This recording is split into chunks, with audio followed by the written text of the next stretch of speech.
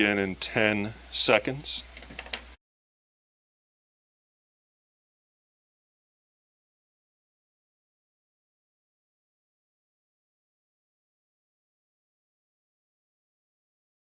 Good morning. I call this session of the Public Service Commission to order. Secretary Phillips, are there any changes to the final agenda? There are no changes to the final agenda. Thank you. First, I'll conduct a roll call of the commissioners. When I call your name, please confirm that you are present. Commissioner Diane Berman. Present. Thank you. Commissioner James Alisi. Present. Thank you. Commissioner Tracy Edwards. Present. Good morning. Good morning. Thank you. Commissioner John Howard. Present. Commissioner Dave Valesky. Present. Commissioner John Majori. Present. Thank you. We'll now move on to the regular agenda. Our first item for discussion is item 201, case 22-M-042, related to the implementation of the Utility Thermal Energy Network and Jobs Act. It'll be presented today by our General Counsel, Bob Rosenthal, with Marco Padula, Peggy Neville, Chris Stolicki, Marianne Sorrento are also available for questions. Bob, please begin. Thank you, Chair, and good morning, Commissioners. The order before you would initiate a proceeding to implement the Utility Thermal Energy Network and Jobs Act, which the Governor signed into law on July 5th, 2022.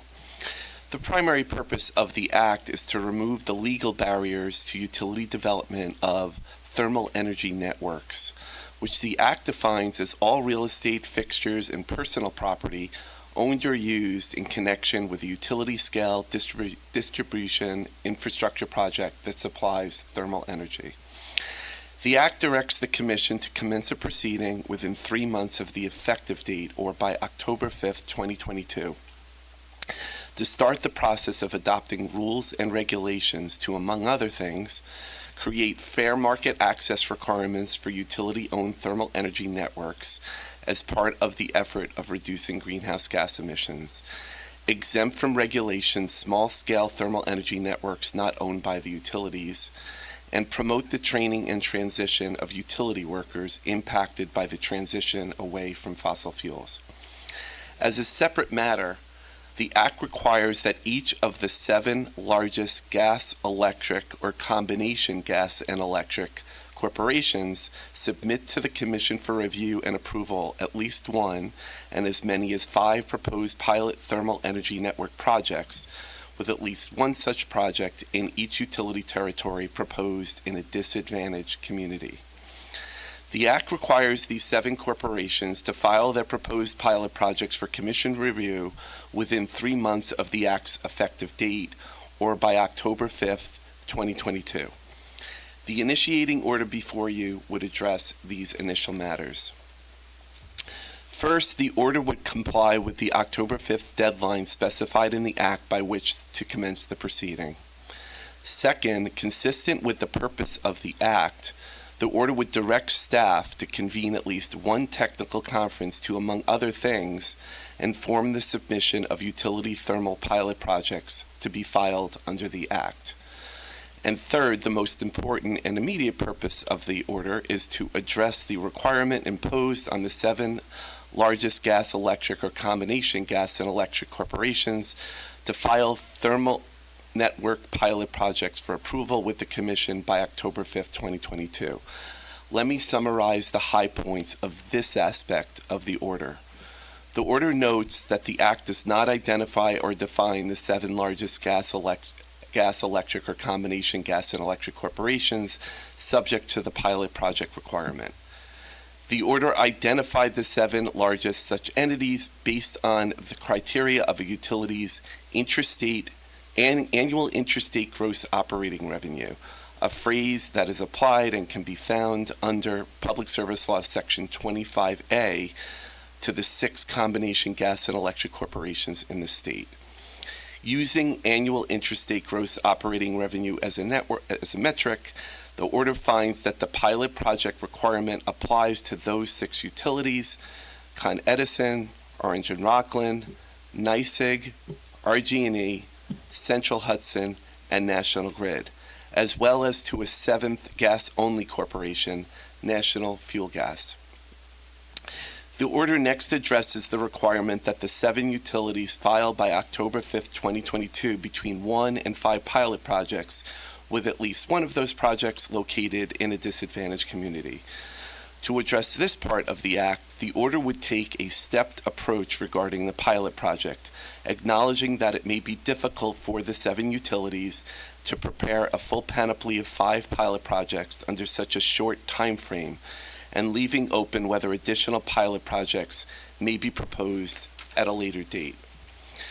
To meet the October 5th, 2022 filing deadline, the order directs the 7 utilities to make a compliance filing by that date that includes 1, a summary of each of the proposed pilot projects; 2, an implementation plan with respect to each project, including the process by which sites and customers would be identified; 3, estimated costs of the projects; 4, a proposed cost recovery mechanism; and 5, information otherwise required under the Act, including a showing that the proposed projects would further the climate justice and emission reduction mandates of the CLCPA.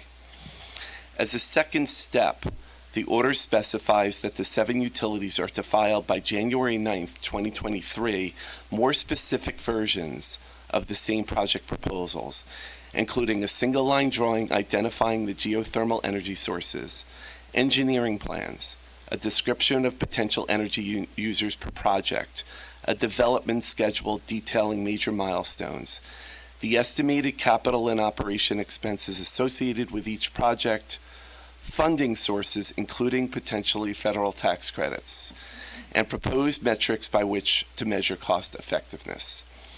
The order notes that while it is preferable for the utilities to identify a specific location and customers related to each proposed project, it would be acceptable if the proposal lacks that specificity, so long as it provides a specific process by which project location and customers are to be identified. In sum, the initiating order would direct staff to undertake at least 1 technical conference to inform the submission of thermal energy network pilot projects, and create a step process by which the utilities are to file such projects for approval with the Commission. Thank you, and I look forward to your questions. Thank you, Bob. Through this order, we begin the process of expanding the portfolio of choices available to our consumers. And we developed new opportunities for utilities to provide residents with heat and hot water in a manner that's aligned with the environmental considerations established in state law.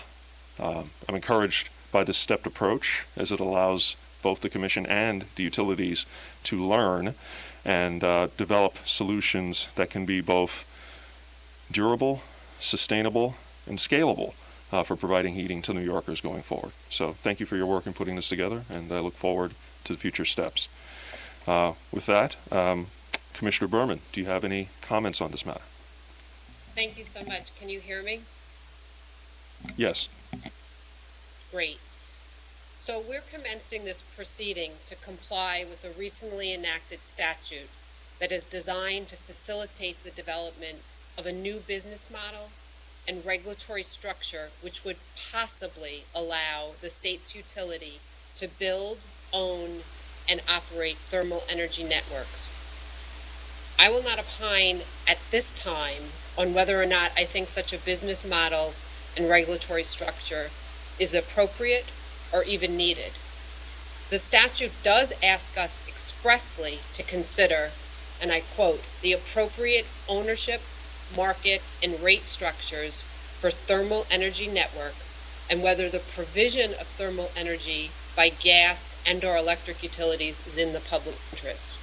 We will need to, as we go forward, determine whether this regulatory structure is even appropriate and in the public interest. Today is for commencing that proceeding pursuant to the statute and setting forth the next process steps. Again, I emphasize that review and determination on the appropriate business model and regulatory structure, and if it meets a public interest standard, is not for us to decide today. But I do want to make some points about a number of concerns that I have that I believe will make the statute's successful implementation a real challenge. First, the law is very ambiguous as to which utilities it applies to.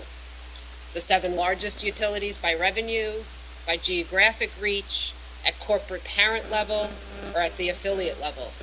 The law frankly didn't say, so we reviewed the landscape and identified the 7 utilities we thought make sense in this order. Importantly, we recognize that reasonable people could disagree on which criteria to use, so the order actually allows smaller utilities that didn't make our 7 utility cut to petition us for consideration. Second, it is unclear how utilities will be able to design and file strong pilot projects in this short time frame given. The order requires the companies to comply with the Act, which will result in the filing of pilot projects in a few short weeks. To design, engineer, cite, and develop financial analysis for projects such as these, frankly, requires more time than this. I fear that we may not get strong proposals that will provide any value to us when considering how to frame rules guiding this very new business model that we're still exploring. That is why, importantly, the order acknowledges there may need to be refinements of the initial submissions with a subsequent filing due in January. Now, as a general matter, I am somewhat skeptical of the value of rushed demonstration projects, but we need to work with the utilities to get the maximum value from the statutorily required filings, and that's what this order will allow. Third, the Act requires that the Commission review and act on these pilot projects within 3 months. As the order points out, we will comply with the statute. We will review the record in the statutory time frame. However, it is really important to understand that we also must comply with the State Administrative Procedures Act. We also must follow proper, transparent, and substantive regulatory analytical processes to properly evaluate, based on the evidentiary record, what is in the public interest. Accordingly, we will likely need additional time to make our final, prudent, evidentiary-based determinations, especially if they require rate recovery decisions. A thorough review is important for us to ensure that we balance the implementation of this proceeding, the evaluation of the pilot projects, and the development of regulations with the need to ensure continued energy system reliability, safety, and resiliency. Additionally, although it is great that other funding opportunities at the state and federal level may be able to reduce the ratepayer impacts of these projects, we will need to undertake a crucial analysis to evaluate the prudency of the funding being used for these pilots. We may need to also look at what it means if we decide to approve or modify any projects that may have been proposed in a prior rate case, or if utilities decide to work with each other to submit joint proposals to ensure the proper allocation of dollars and avoid any duplicative efforts. Next, the statute identifies areas concerning labor, like project labor agreements, prevailing wage, and apprenticeships, that are not technically in our normal statutory wheelhouse or expertise. We must be mindful not to get involved in prescriptive regulation related to labor management issues that are not for us. Further, the order before us leans into a transition away from natural gas for use in New York's building stock. But we expressly state in the order that such transition should be undertaken in due course to ensure the continuation of safe and reliable utility service. I underscore in due course, or at an appropriate time, really meaning the transition should occur only if and when we can assure safety, and reliability. And of course, as economic energy regulators, we need to carefully consider affordability. Moreover, this statute does expressly reference the importance of ensuring an adequate supply of reliable electric power. In fact, the focus on reliable energy system is mentioned several times throughout the statute. The statute wants us to actually align with the CLCPA. This statute's focus on reliable energy systems is implicitly in alignment with the CLCPA, which also zeroes in on the need for reliability to be paramount. Now, I recognize that the passage of the Climate Leadership and Community Protection Act will be driving much of the regulatory activity in New York in the coming years, but I cannot underscore enough, maintaining reliability and resiliency must be New York's #1 priority. And I applaud the legislature and the executive in recognizing that #1 priority by incorporating it into the relevant statutes like we have before us today. However, we must not just pay lip service to reliability as a #1 priority. We all must ensure our actions align with that priority. In fact, the CLCPA and this statute, by incorporating reliable energy systems and reliability expressly in the language, means to me that every agency, board, commission, or entity tasked with aspects of implementing the CLCPA have the statutory mandate to fully consider reliability in its actions. And like us, with things that may be out of our wheelhouse, I remind folks that they will need to lean into the experts and those whose wheelhouse it is on reliability, such as the New York ISO, the Reliability Council, and frankly here at the Commission and DPS.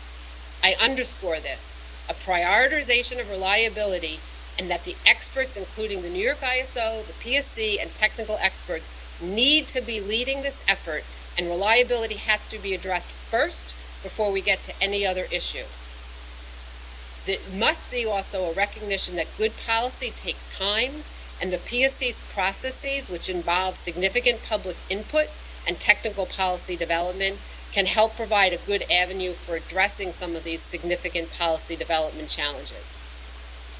In summary, this order is drafted to comply with the statute, and we will embark on this proceeding with every intention to ensure its success and with a focus on protecting consumers throughout. But in my opinion, the process they're required to follow in the statute is not the ideal way to develop a proper record and make thoughtful, crucial regulatory decisions on important matters such as these that could have significant consequences for ratepayers and significant impact on the energy grid itself. It is incumbent on us to ensure we do not short-circuit our regulatory obligations merely to satisfy well-intentioned, but at best, truly clunky legislation. So I strongly urge the legislature and the executive to consider this experience and work to avoid these kinds of challenges in the future. Doing so will allow for more holistic, credible, and sensible policy development and sufficient time for stakeholder engagement and proper regulatory consideration. Thank you. Thank you, Commissioner. Commissioner Elisi. Thank you, Mr. Chairman. I am going to support this, but I do it making these comments that it is a poorly written piece of legislation that is directing us today. We've talked about unreasonable time frames and unmanageable objectives, but the main thrust is the act is to help reduce greenhouse gases and achieve the goals of the CLCPA through thermal energy networks.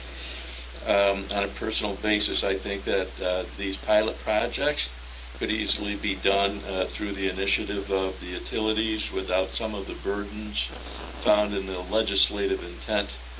But at the end of the day, the goal is what we have to focus on, so I will be supporting it. Thank you, Commissioner. Commissioner Edwards. Thank you very much. So I have have a little bit of a different opinion than my colleagues.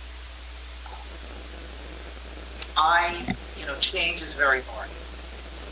And we are all, I believe, working hard with the intent of getting this right. And while I agree with our primary mission, which is to provide safe and reliable service at just a reasonable rate, I have said this before and I'm going to say it again, I do not think that that is our only mission. I do believe that we need to be supportive as we move as quickly as we can on the goals of CLCPA, and I do believe that we have an obligation to ensure that we are doing this in a way that promotes training and transition for utility workers and providing opportunities for others to get in this space. I do believe that that is our obligation. I do believe that we need to support it in a way that is providing wages that can be supportive for families in New York. I do believe that we need to ensure that we are doing all of this in disadvantaged communities, that giving everybody a chance to do that. So, we can read and criticize any piece of legislation that is there. But the intent of this is to continue to move as fast as we can. The intent of this is to provide that we are all stakeholders in this and not just the utilities. And I do believe that the legislature does have a role, and so do we. And that's why when you create legislation, there's amendments, because when we find additional information, and if we have to do this as we go forward, then we should do that. So I am fully supportive of this, and I think that all of this is a work in progress. We need to ensure that we are working earlier in the process, that maybe we could provide some additional guidance on how to make the legislation stronger. But I'm glad to see that we are moving as quickly as we can with this. And I am fully supportive of it. I do just have one question. Mr. Rosenthal, in your comments, you said that the pilot project in each utility territory proposed in a disadvantaged community, and I think it's possible that some of the largest ones overlap territories, but then later on you did say that each utility must create one of their pilots in a disadvantaged community. So which one is correct? It's the latter. I mean, I think they're consistent, but it is the latter. So the law requires, Okay. if they submit between 1 and 3, one has to be in a disadvantaged community. If they submit 1, that one has to be in a disadvantaged community. If they submit 4 or 5, 2 have to be in a disadvantaged community. Okay, great. All right, very good. And I think, again, I've said this before, we need to update our mission. It's not just our only mission. It was done years and years ago, and things have changed.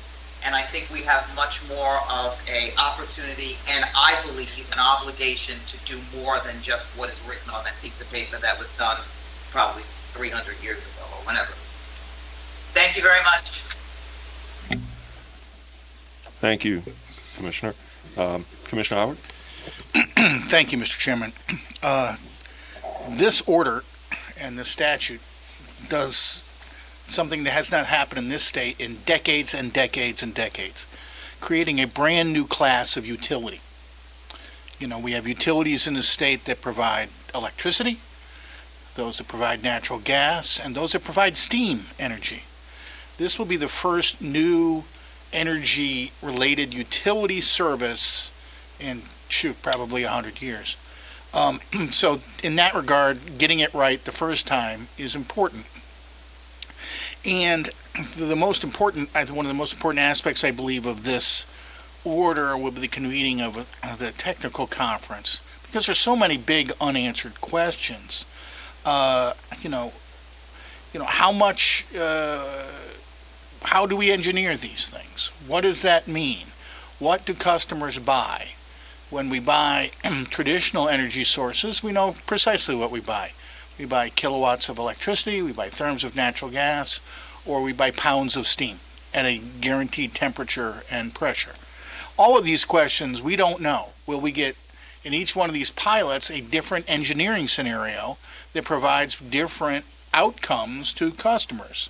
So the most important thing as we go forward, in order for this to expand, and I think a right and very much needed way, is that universal rules, universal billing practices. We don't even know how we would meter this particular type of energy yet. Does it comply with other environmental standards that may be at odds with doing deep drill geothermal projects? Those are all questions to be known. And that only through, a rigorous oversight of this department and commission will we get to those answers. And then one of my favorite things here, how will we treat this new utility for real property taxes? Particularly, and I'm particularly concerned, and I believe that some of the biggest advocates for this were from the city of New York. Will we create a brand new potential windfall for special utility franchise taxes in the city of New York based on a brand new thermal equity? Just to remind everybody, particularly in the Con Ed service territory, 25 cents out of every dollar you spend goes to the city of New York.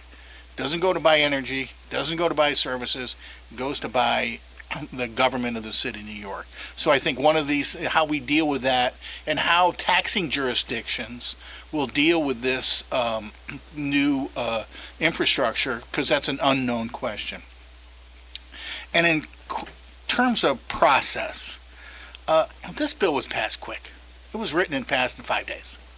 Okay? There were no hearings on this. We're creating a brand new class of utilities, and the legislature, in their wisdom, decided that didn't need to do a public hearings on what they thought the public should want and what stakeholders would be. So that is a very unusual, historically unusual occurrence in the legislature, and I think my colleagues here who served either in the legislature or staff to that understand that. And this bill would have absolutely been better if that process had occurred. And particularly with greater outreach to stakeholders, particularly on the technical side, dealing with, and particularly here at the DPS. I think our technical staff could have provided great input on the front end to answer some of these questions in what I agree with Commissioner Alisi, a relatively poorly drafted bill. They could be much better. So that being said, this I'm wholeheartedly support the concept, but getting from concept to reality and doing it right the first time is our only. This will be our only opportunity, and and we will need to get it right. And to Commissioner Berman's comments, rushing won't help. Rarely does. And to have to come back and redo it would be slow things down even more. And thank you also making sure that we include outside funding wherever available, that this, because we don't even know what ratepayers are going to pay for this yet. Are they going to be gas ratepayers? Are they going to be electric ratepayers? Or are they going to be a brand new class of ratepayers that don't exist currently? So all of those questions will need to be sorted out in a very quick manner. But with that, I'm going to be supporting this, Mr. Chairman.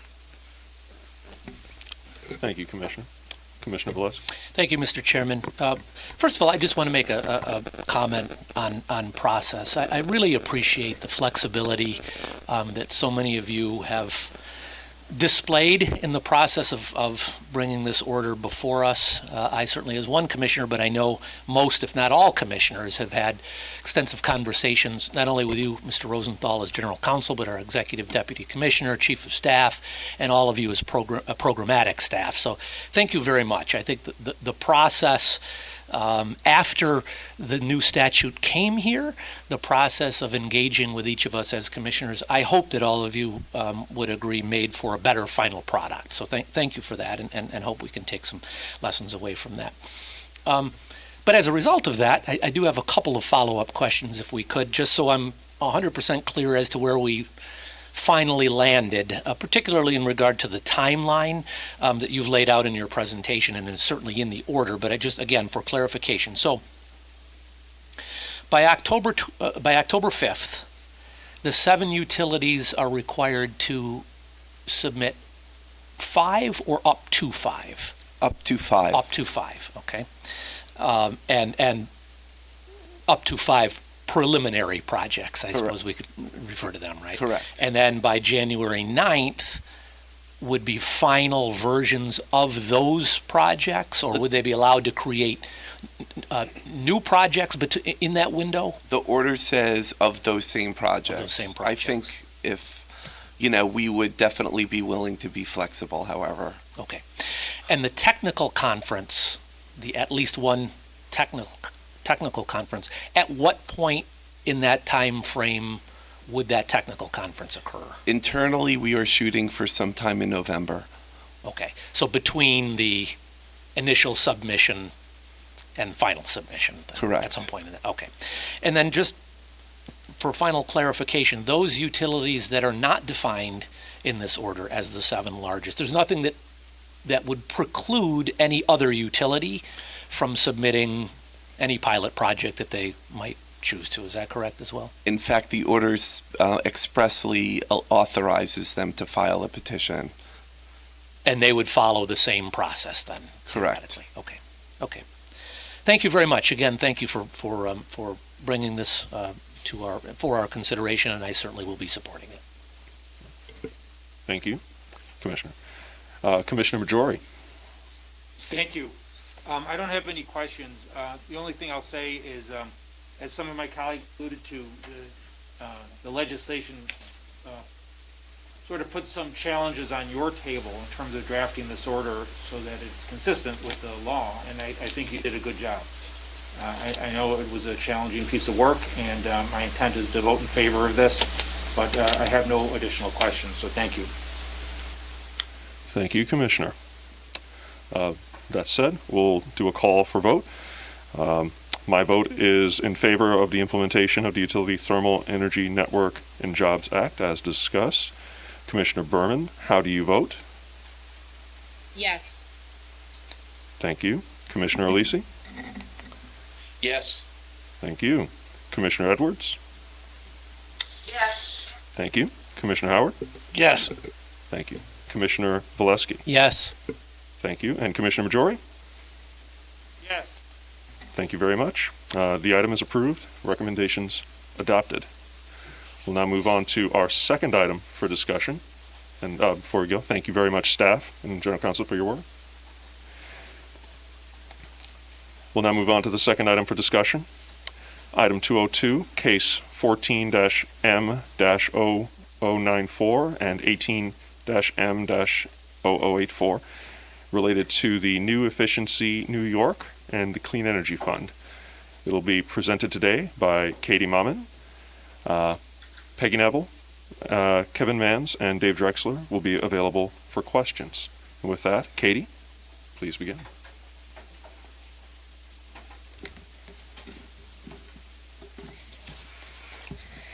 Good morning, Chair and Commissioners. In its January 2020 order that authorized the utility's New Efficiency New York budgets and targets through 2025, and its September 2021 order that approved modifications to the New York State Energy Research and Development Authority's, or NYSERDA's, Clean Energy Fund, or CEF, portfolio, the Commission required both portfolios to undergo interim reviews. Also, in that latter CEF order, the Commission set forth the expectation that the reviews of these two portfolios would be aligned because they are so closely related and are central components of the state's efforts to meet its clean energy goals. The item before you today is procedural in nature and initiates the interim reviews of the New Efficiency New York and the Clean Energy Fund portfolios. This item does not include any decisions regarding current or future funding levels for these portfolios. New Efficiency New York and CEF are large and varied portfolios of programs. Therefore, to facilitate a thoughtful and thorough assessment of the historical performance, ongoing implementation, and future direction of these portfolios, the review described in the draft order is segmented into 4 parts. Group 1 consists of the statewide low to moderate income, or LMI portfolio, implemented by the state's large electric and gas utilities and NYSERDA. Group 2 covers the utility non-LMI energy efficiency and building electrification portfolio, along with the energy efficiency and building electrification portions of NYSERDA's market development portfolio. Group 3 will focus on NYSERDA's innovation and research portfolio, and finally, Group 4 will address the NYSERDA New York Green Bank portfolio. In each case, the process delineated in the order will facilitate a comprehensive review of each portfolio and will include multiple venues for public engagement. As described in the draft order before you today, the most immediate phase of the review will address Groups 1 and 2, the LMI and non-LMI energy efficiency and building electrification programs implemented by the utilities and NYSERDA. This component of the review will assess all meaningful aspects of energy efficiency and building electrification, program design and administration, useful innovation, and governance oversight, as well as consideration of both existing targets and budgets and post-2025 targets and budgets. As the first step in carrying out the energy efficiency and building electrification review, the draft order directs staff to file a performance report on the LMI and non-LMI energy efficiency and building electrification portfolios within 60 days of the issuance of the order. The staff report will include quantitative and qualitative assessment, as well as a series of prompting questions for stakeholders to respond to through a public comment process. The draft order indicates the Commission's intention to consider the staff report and public input to establish criteria for energy efficiency and building electrification programs moving forward. The Commission will then require NYSERDA and the utilities to file responsive proposals that align with the established criteria for future Commission consideration. Beyond the formal written comment process, the draft order sets forth a requirement for utilities and NYSERDA to hold technical conferences following the submission of their proposals to provide staff and interested parties an opportunity to engage with the program administrators and gain additional insight into their proposals. Subsequent phases of the review will address Group 3, NYSERDA's innovation and research portfolio, and Group 4, NYSERDA's New York Green Bank portfolio. The draft order details these portions of the review will be initiated by petitions to be filed by NYSERDA no later than July 1, 2024. The petitions will include a performance review as well as specific requests for Commission consideration and action. Again, the Commission would seek public comments on the NYSERDA petitions prior to making any determinations about the future of these portfolios. Thank you. This concludes my presentation. Dave Drexler, Peggy Neville, Kevin Manns, and I are happy to answer any questions. Thank you. Thank you for all the hard work that led up to this.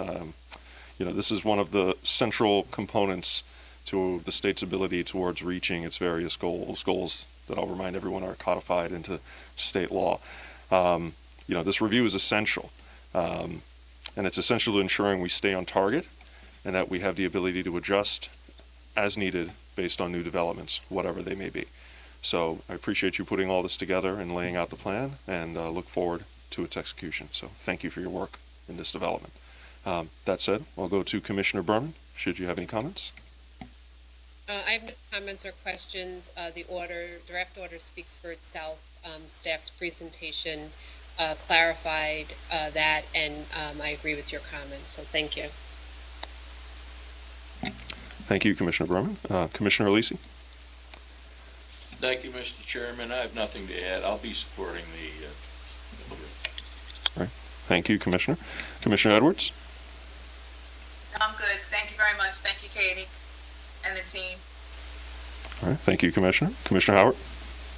Yeah, I have one question. Do we have a relative dollar amount for the balance in these funds currently? Those, particularly those administered by NYSERDA? A ballpark would be close. Commissioner, I would hesitate to give a ballpark. As you know, these are very large portfolios. In total, I believe the Clean Energy Fund administered by NYSERDA totals over $6 billion.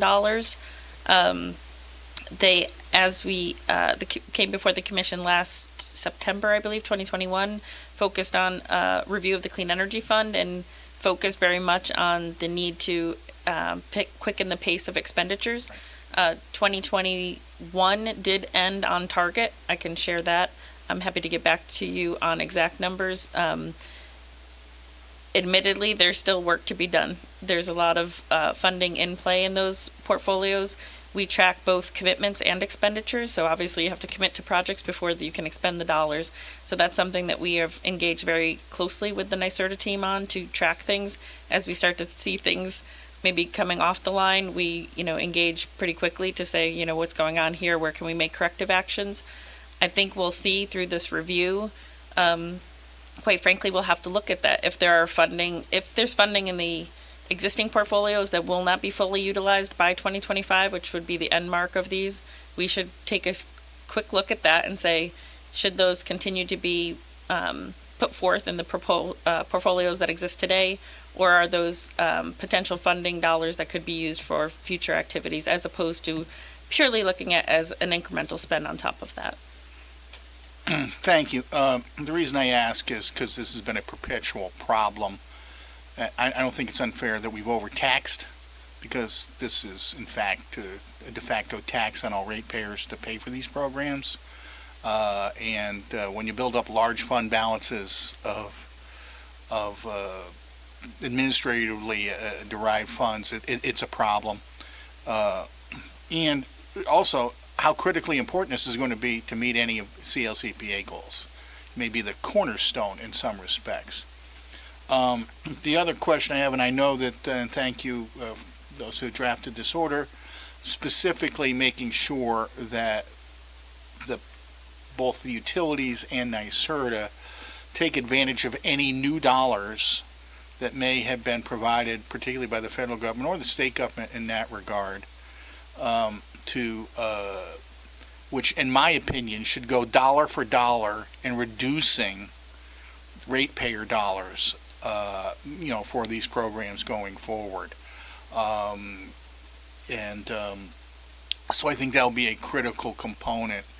I think it's going to take some time before we actually figure out what the infrastructure law and the IRA actually does, how we get the money, who gets it. Does it go directly to utilities? Does it go directly to individuals? Does it make a stop at NYSERDA on the way to wherever? Those, I think, are very critical issues dealing with program design and going forward, and how that does. And particularly how difficult in some cases it is for consumers to access programs efficiently and with any meaningful ability to actually get stuff done at their business or their residence. But that's my question and comments. And again, we really need a hard-nosed approach on this. This is too important not to provide the scrutiny. And part of that hard-nosed approach will be what didn't work. I know certain commissioners have always said we send things out, particularly in pilots, that just never, the pilot doesn't, produce. But I think that we need to have that really hard-nosed examination so we can actually direct funding to those programs that provide the absolute most bang for the buck. And to that, I look forward to this going forward. Thank you. Thank you, Commissioner. Commissioner Valesky? I have no questions. Certainly thank you for the work, Katie, to you and your team. And I would just say I think it's extremely well written, and in particular in grouping the portfolios as you have done in the order. I think we'll certainly best be able to address some of the concerns that Commissioner Howard has just expressed. So thank you very much. Thank you, Commissioner. And Commissioner Majori? Thank you. I don't have any questions. Katie, thank you for your presentation. I look forward to the reading and hearing about the results of the review. The issue before us right now, as you pointed out, is procedural, and I intend on voting yes. Thank you. Thank you, Commissioner. That said, I will bring us to a call for vote. My vote is in favor of initiating the review of the New Efficiency New York and Clean Energy Fund as discussed. Commissioner Berman, how do you vote? Yes. Thank you. Commissioner Alisi, how do you vote? Yes. Thank you. Commissioner Edwards? Yes. Thank you. Commissioner Howard? Yes. Thank you. Commissioner Valesky? Yes. Thank you. Commissioner Majori? Yes. Thank you. The item is approved and the recommendations are adopted. Thank you, staff, for your work. We'll now move on to our third item for discussion today, item 203, case 19-M-0463, related to the community distributed generation billing. This will be presented by Tom Dwyer. Warren Myers is also available for questions.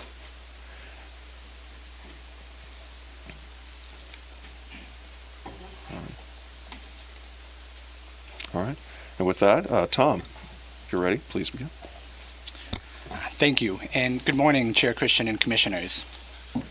Item 203 is a draft order initiating processes to address ongoing billing issues related to the distribution utility billing of community distributed generation, or CDG.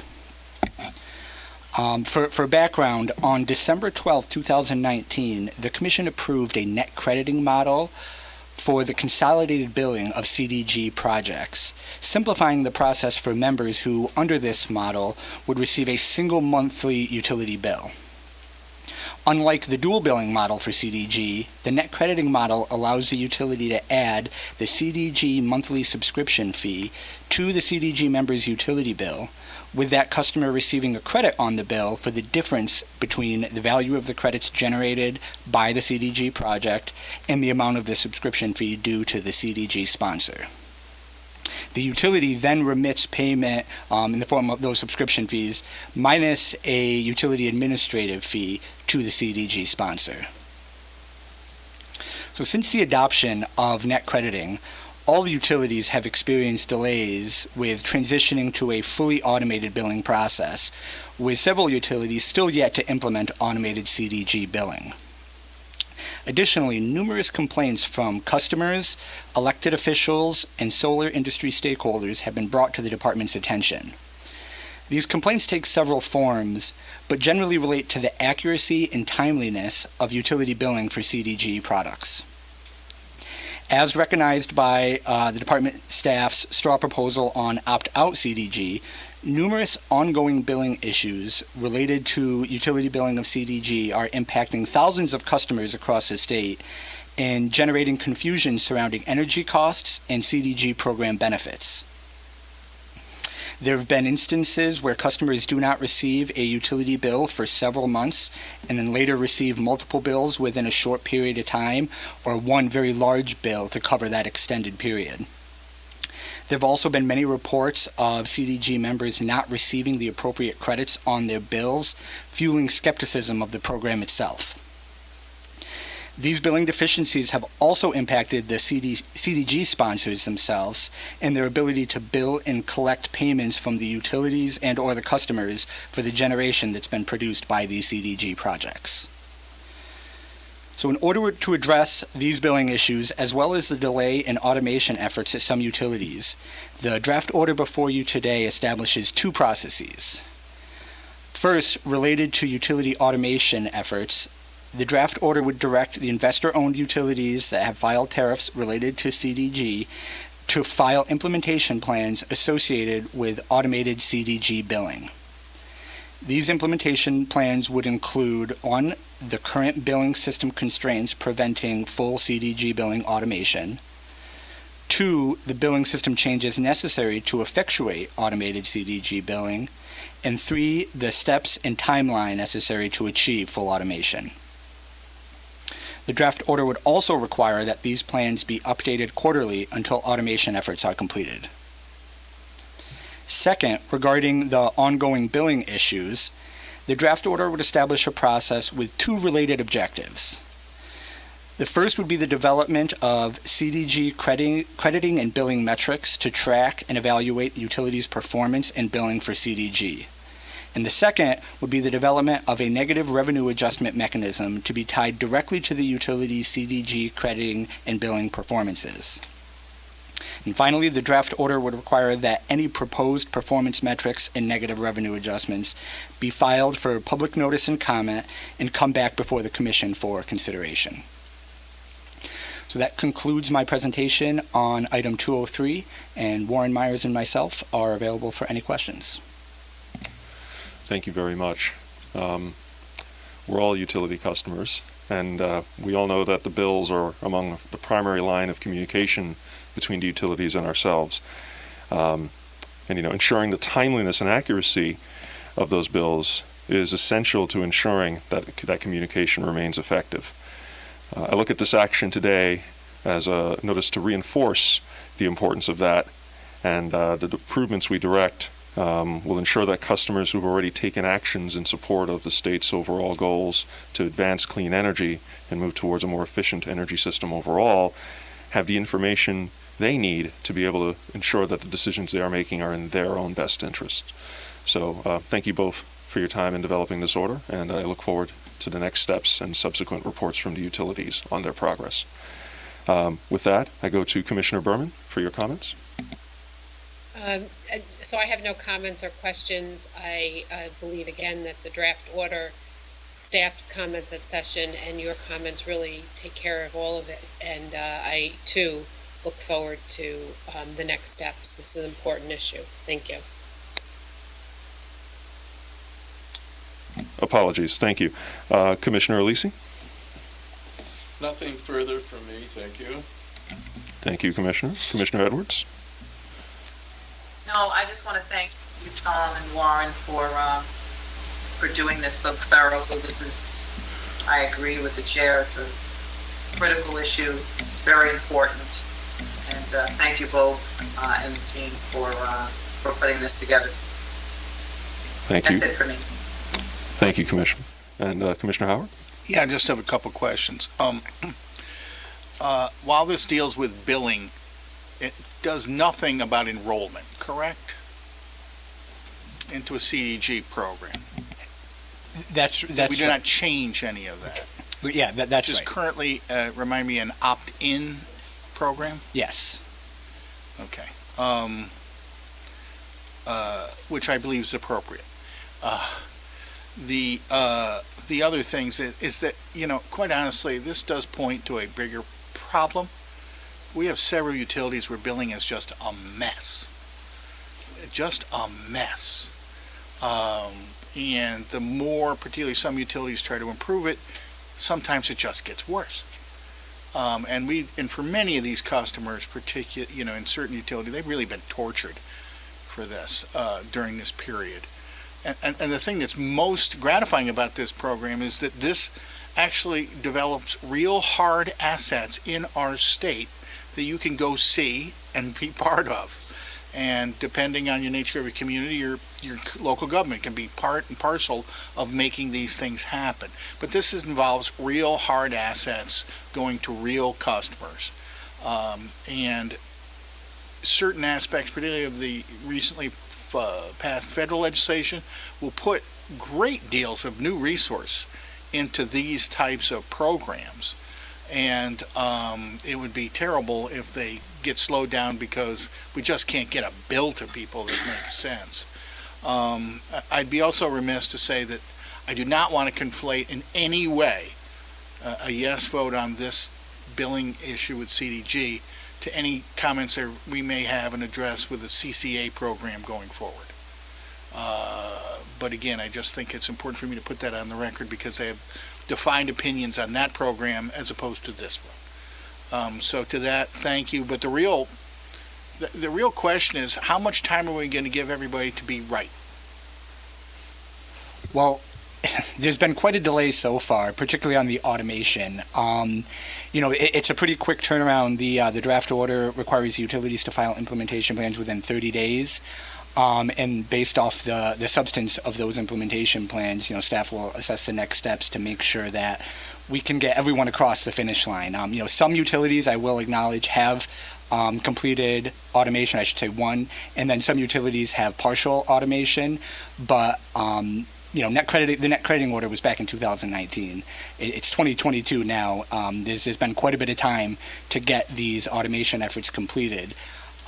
So we're looking to move quickly. Well, to that extent, when we make reference to potential penalties, i.e. negative adjustments, how soon do you think we could have an analysis to this commission that any individual utility is doing may be subject to these negative adjustments?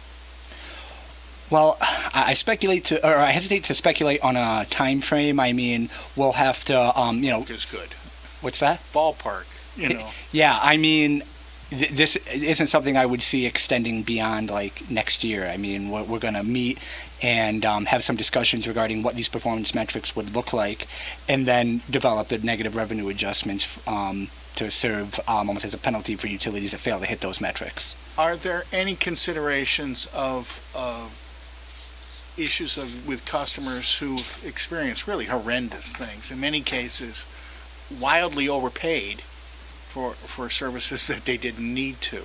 And how do we, make them correct? And particularly on that whipsawing of, no bills for many months and then one big giant one, that really causes real harm to individual households. So will there be a mechanism by which we can, I don't know what the right phrase would be, but to acknowledge that those customers have been harmed and in some way deserve some recompense? Well, a lot of those issues are handled on a customer-by-customer basis. We'll see complaints come into our call center, and our Office of Consumer Services will work with the utilities and the customer to get tailored relief.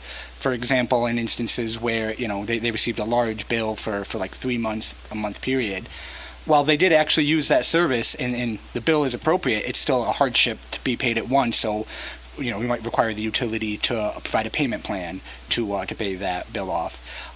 So it is a case-by-case determination, but you're absolutely right that this has impacted some customers pretty significantly. Okay.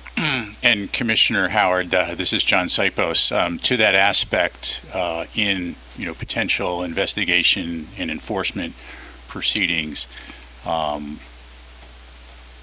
the things that you just discussed are potential remedies that we could be looking at as those cases go forward. So we will be keeping that in mind.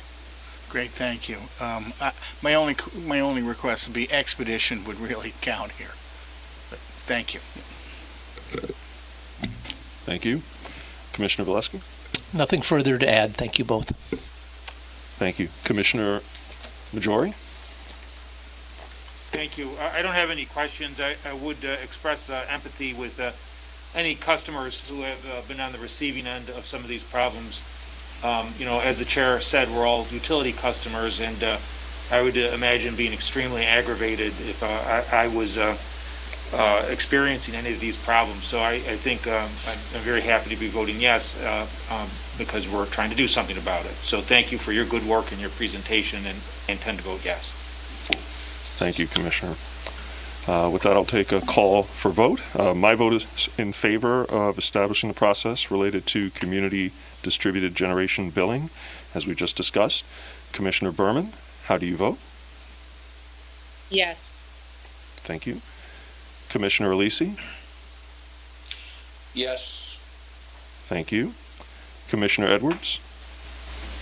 Yes. Thank you. Commissioner Howard? Yes.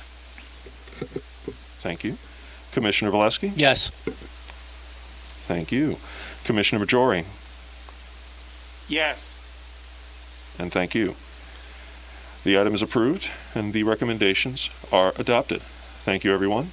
Thank you for your hard work. Okay. And with that, we'll now move on to the consent agenda. Do any commissioners wish to comment on or recuse from voting on any of the items in the consent agenda? I'll begin with Commissioner Berman. Thank you so much. I will be voting no on one item. This is item 376, the petition for approval of financing pursuant to Public Service Law, Section 69, the Chippy Properties. The order states that the order is authorizing the petitioners to enter into indebtedness of up to $6 billion payable over more than 12 months. And the petitioners are also granted authority to modify. Commissioner Berman, I'm sorry, I'm going to have to interrupt you. We're having an audio quality issue. I want to take a moment and see if we can resolve. Commissioner Berman, would you mind repeating your statement from the beginning, please? There was interference on the line, and I'm not sure if it was properly recorded. Okay, can you hear me now? It's much clearer. Yes. Would you mind starting from the top, please? Thank you. Sure. So item 376, which is the petition for approval of financing pursuant to Public Service Law, Section 69, the Chippy Properties. I'm going to be voting no. In the order, the commission authorizes petitioners to enter into indebtedness of up to $6 billion payable of over more than 12 months. Petitioners are also granted authority to modify, without prior commission approval, the identity of the financing entities, payment terms, and the amount financed, so long as it does not exceed $6 billion. And this authorization supplements the prior authorization to incur indebtedness of up to $4.5 billion as authorized in the February 2022 order. I'm going to be voting no. I think going from February to now and seeking this is concerning to me, and doing so, being able to modify without prior commission approval. This is consistent with my vote at the February 2022 order, which raised concerns, and I'm going to be voting no here as well. Thank you. Thank you, Commissioner Berman. Commissioner Alisi? I have no comments. I'll be supporting the consent agenda. Thank you. Commissioner Edwards? I do not have any comments. Thank you. Commissioner Howard? Yeah, I have comments on two items. First, on item 263, the Section 70 and Section 83 case dealing with Digitech in North Tonawanda, the transfer of assets to a new owner. In a similar vote, one of my first votes that I cast here in the commission was for a similar Section 70 permit dealing with Greenwich Energy and Yates County. At that time, I opined that I didn't necessarily think that using fossil-based, in this particular case, the old fossil-based generation for crypto mining was a quote-unquote a good play. Since that time, I haven't been dispelled of that, but I did take a yes vote on that order, largely because the statute is pretty clear. You know, that our mechanisms by which, particularly under the Wallkill order, are very clear and well established. There are those that would like to see this commission use this particular case and anyone subsequent to that to opine and create new regulation dealing with the end use of electricity by any given entity for a particular purpose, in this case, crypto mining. Again, the statute as currently written and interpreted does not allow that. And I know if we denied this petition, we'd have significant litigatory risk where we would not prevail with this, not by not granting this petition. That being said, we've had a long time for the state to come up with comprehensive policies dealing with crypto mining writ large. Whether the electricity is coming from a specific machine,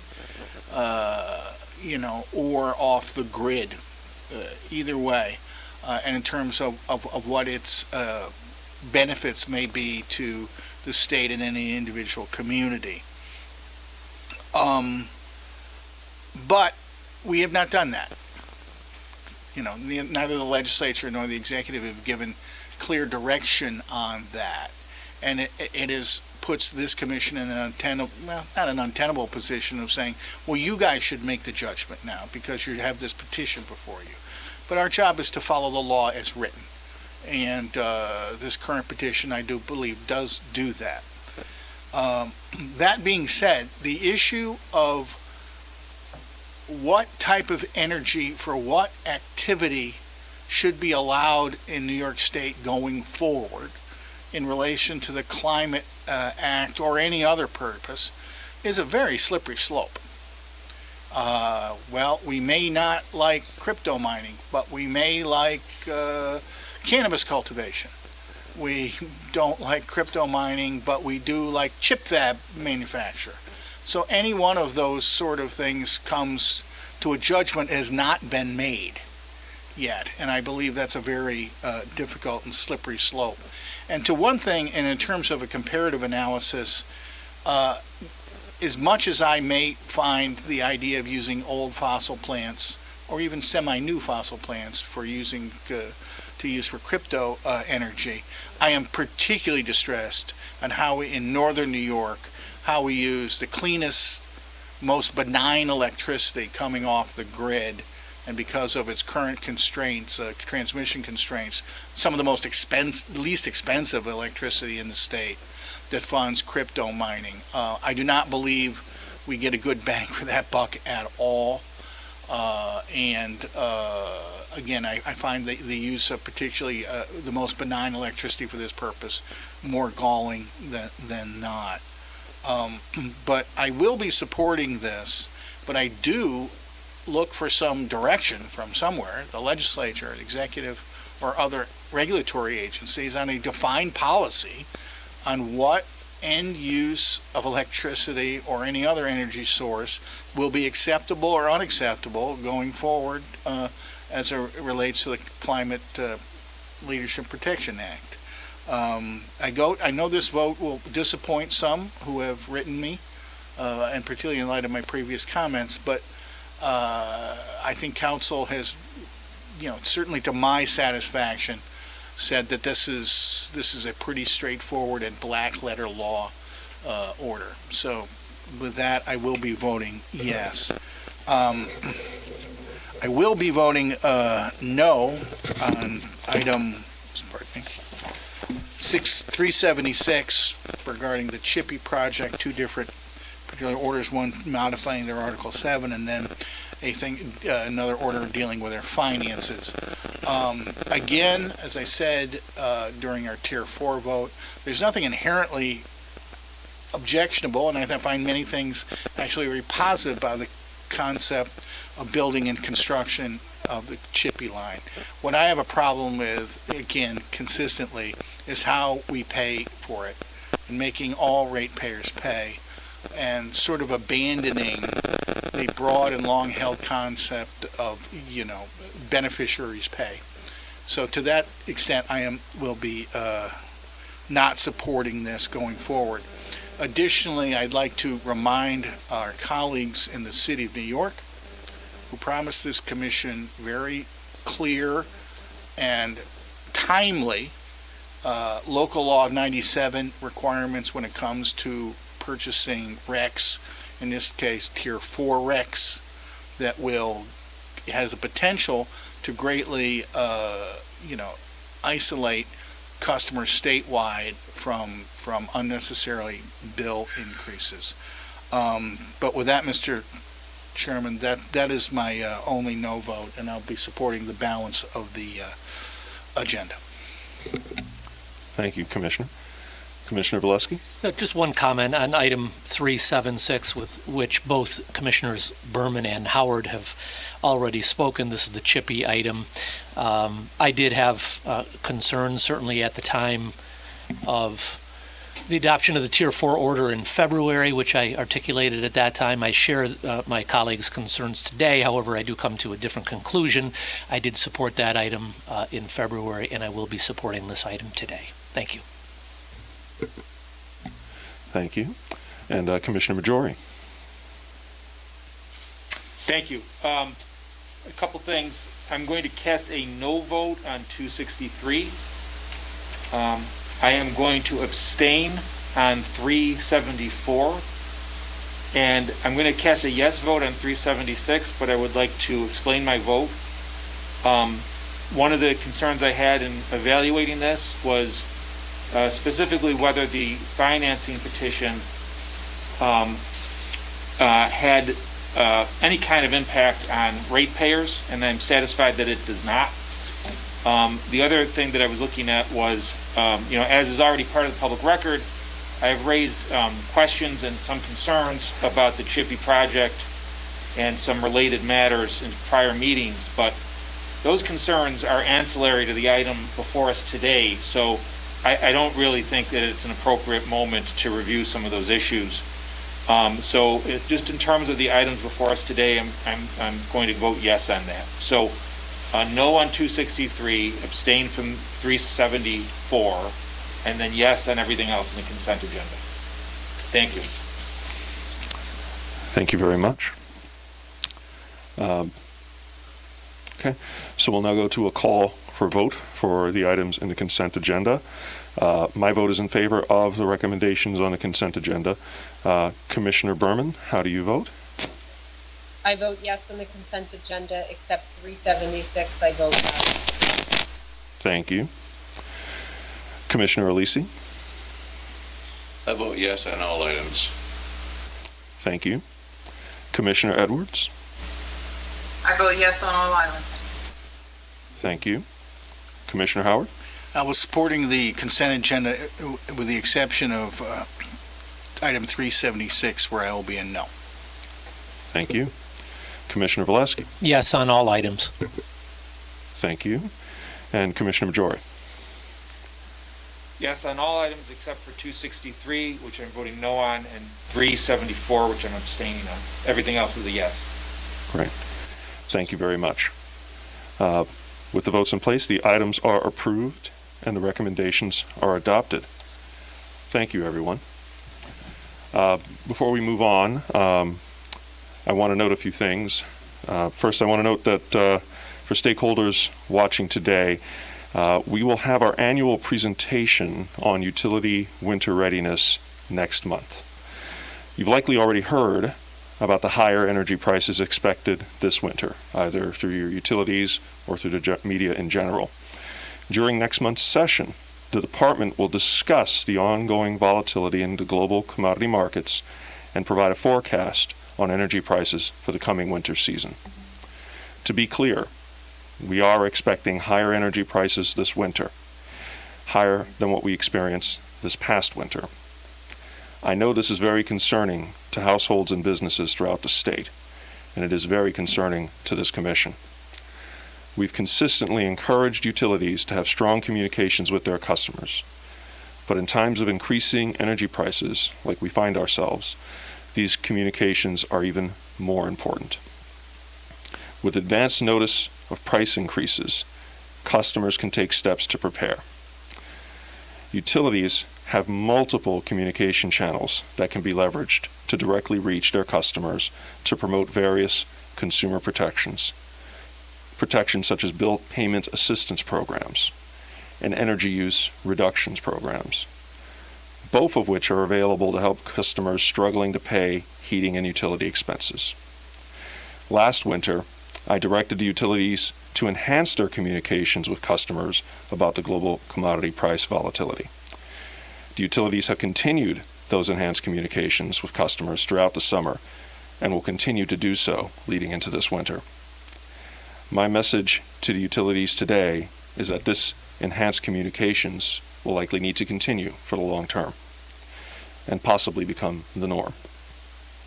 I also want to emphasize that New York is not unique in this situation. The global commodity price increases are affecting markets worldwide. And to reinforce this point, they are largely driven by the combined impacts of the Russian invasion of Ukraine and the lingering supply-demand imbalances caused by the pandemic. We here in New York will continue working on approaches to mitigate these cost impacts and take supportive actions to aid customers. The recent efforts of staff to implement low-income utility arrears program being one such example.